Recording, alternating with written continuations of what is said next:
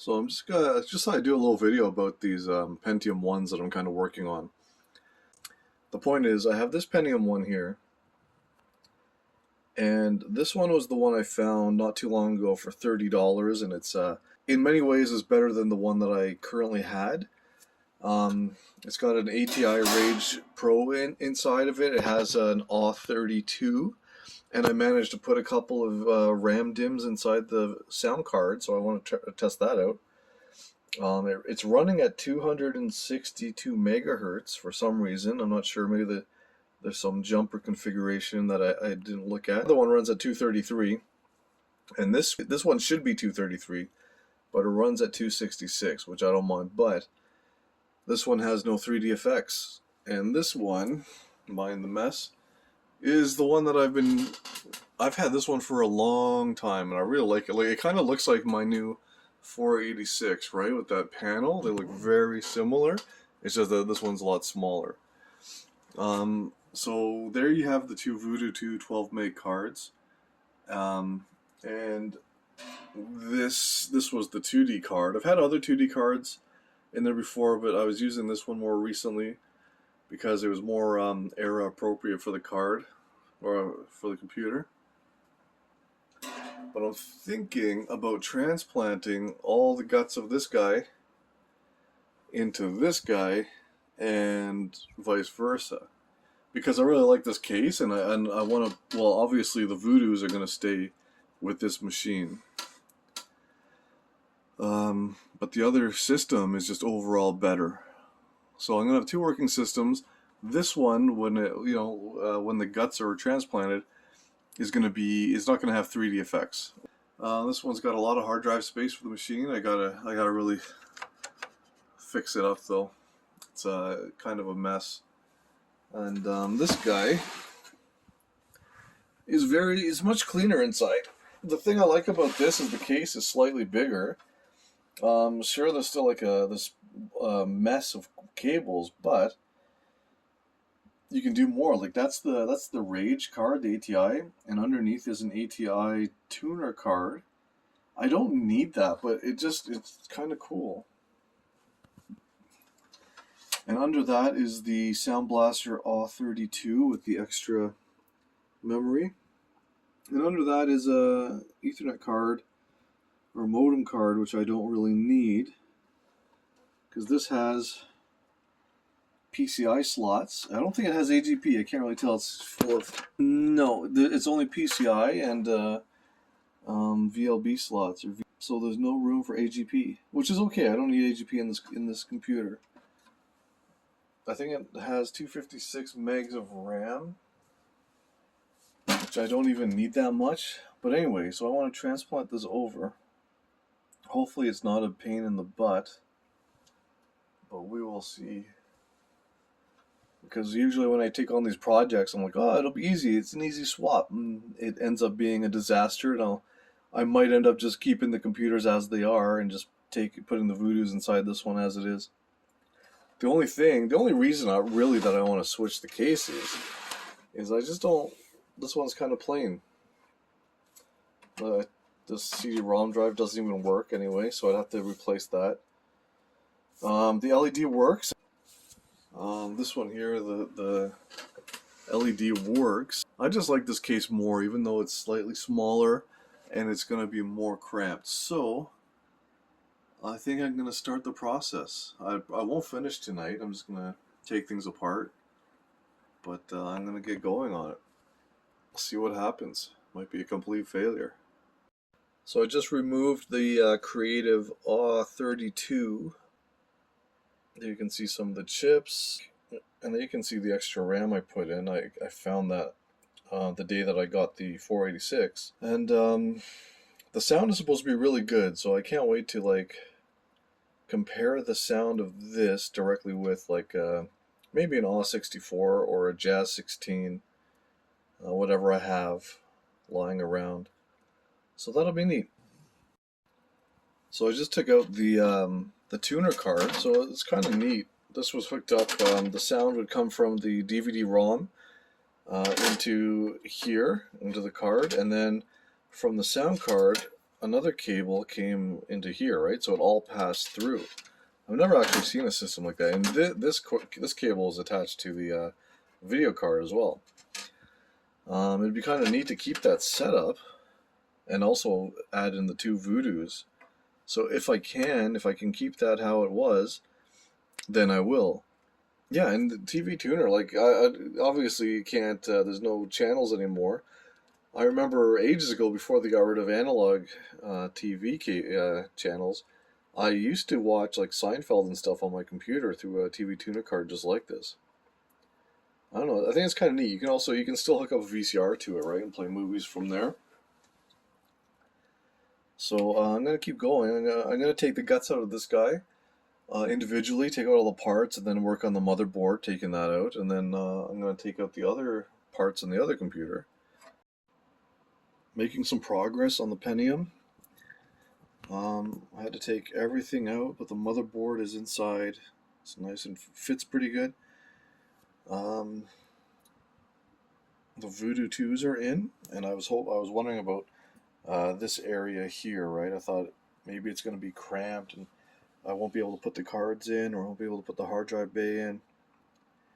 But it's just enough clearance, so that fan is not being touched by anything, and the cards aren't touching. But I still have to put a hard drive well, I have two hard drives for this one and a floppy drive. So I'm hoping that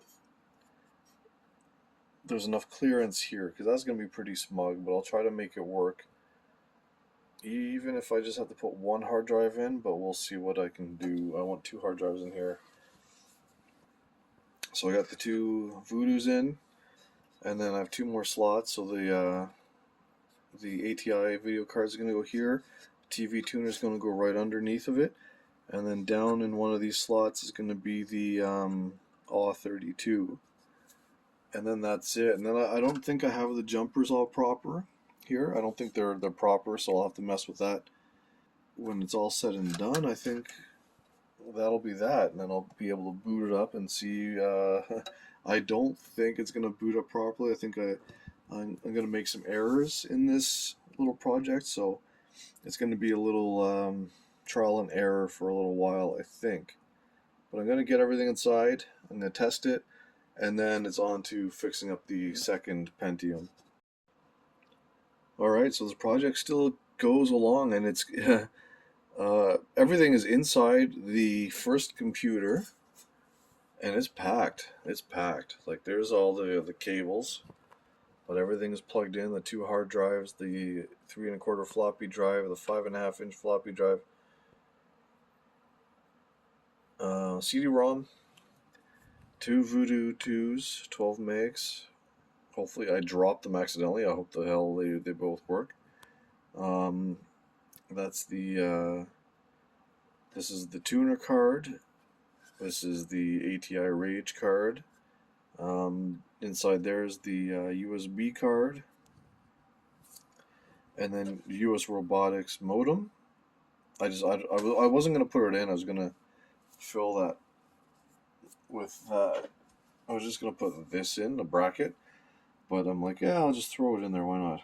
And then you got the AW32 sitting there. So everything is snug, but everything fits. Everything fits perfectly. So best case scenario is that you power it on and everything starts up fine. Worst case scenario is that you mess something up really badly. Mid-tier scenario is you got to do a little bit of replacing or re-putting things in properly, or you made a mistake somewhere, especially with these jumpers. But anyway, the next step is to set it up, plug it in, and hope for the best. So, update on the two Pentiums. That one's working completely well. That one's perfectly fine. That's the one with the two Voodoos. And this is the other one. This is the one that I took the parts out of for that one and put the other one and those parts into here, right? So this was working fine, but I can't find a CD-ROM that works. I found a bunch of old ones. I picked this. This is a DVD-ROM. I picked it up from my mom's house. It's been sitting there for ages, and I tried it, and it just doesn't work. So I don't know why. I tried 3 different CD-ROMs in here. None of them work. One of them, I definitely knew it wouldn't work. It was from an old trashed system. It was destroyed. So I'm not surprised. This one has been sitting in my mom's garage for years. So I'm also not surprised that it's not working. The other drive I tried, I think I knew it wasn't working. I went to the thrift store today hoping to find some kind of DVD or CD-ROM. I found one, and so I was lucky that way. So I'm going to install it, and then I'm going to try this again because I need to install some more Windows drivers for the USB.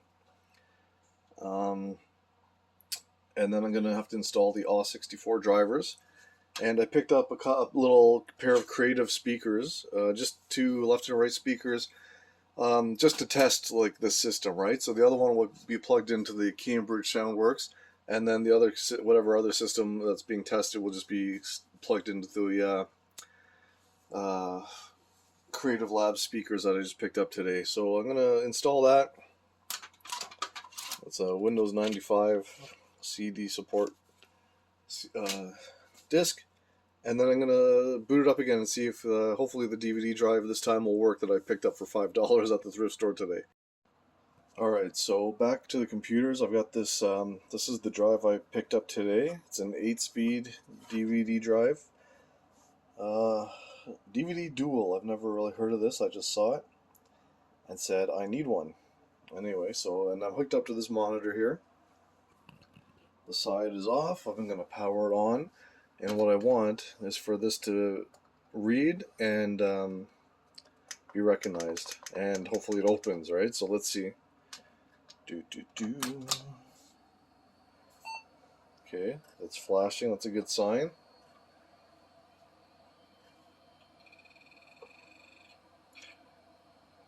Okay, so you saw that it detected the hard drive and the DVD-ROM.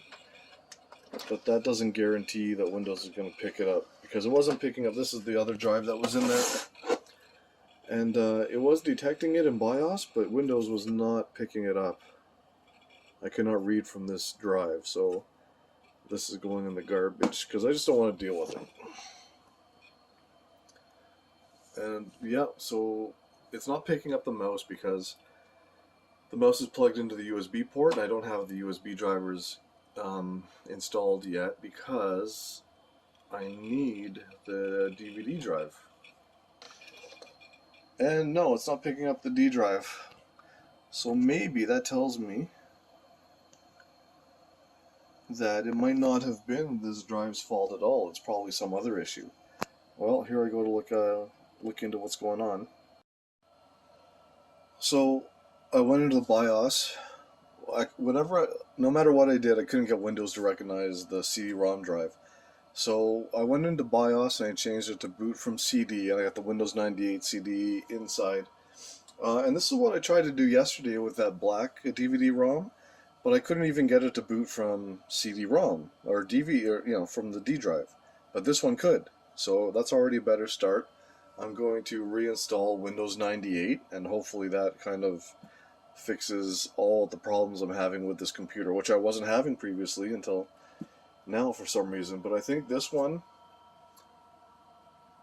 finally work. And so I'm going to install Windows. I'm going to, hopefully when it loads up, it's going to install all the drivers, USB and all that stuff, and hopefully the CD-ROM will work. So I don't know about you, but I never really get tired of installing Windows 98. I really just, it brings me right back. If you've never installed Windows 98, give it a go. It's cool, it's fun, especially if you lived through the 90s, you lived through your first installation of Windows 98 after bringing it home from the store, or like me, bringing a bootleg copy and installing it and having it run. I was too young. I didn't have my money to buy the operating system and all the games and so on, right? So the OSs were always copies. They were always pirated copies. But anyway, this is just a little taste of how it used to be to install Windows 98. I'm going to I'll pick up again once it's done and I'm logging in for the first time. Alright, so there's progress, right? So as you can see, the mouse is working. Alright, so the mouse driver at least has installed. Windows is starting up for the first time. And there you can see the DVD drive is showing up.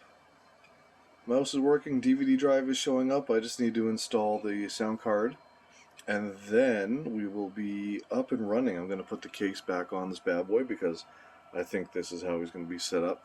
I'm going to install some games on this bad boy now. Oh no, I'm going to install the sound card, and then I'm going to install some games.